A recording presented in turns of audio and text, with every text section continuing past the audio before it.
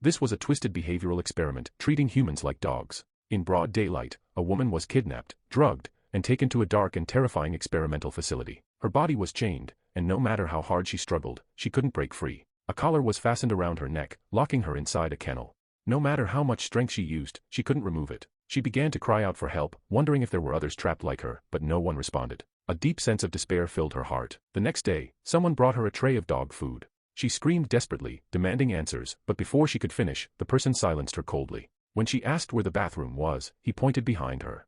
As she turned to look, he vanished. She picked up the dog food and sniffed it. The stench was unbearable. She couldn't bring herself to eat, not knowing that this would become her only source of food. On the third day, more food was delivered, but since she hadn't eaten the previous meal, the staff took both trays away as punishment. By the fourth day, another portion arrived. Starving after 3 days, she could no longer resist. But this time, the food was placed 10 meters away. She stretched her hand as far as she could, but the collar pulled her back, strangling her breath. Finally, she extended her long legs and managed to reach it. She devoured the dog food in desperation, but soon after, her head began spinning, and she collapsed onto the ground. The food had been laced with drugs. While she was unconscious, the staff dragged her away, washed her down in a sauna-like room, and then brought her to an outdoor yard for exercise. When a broadcast warned her to obey, she ignored it and tried to run. The collar on her neck tightened, choking her, yet she sprinted toward the iron fence. But the fence carried a deadly electric charge.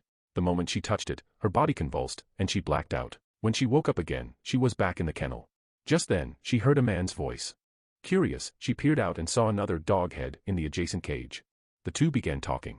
The woman's name was Mary, and the man was De Zhuang. Both had been captured and imprisoned here.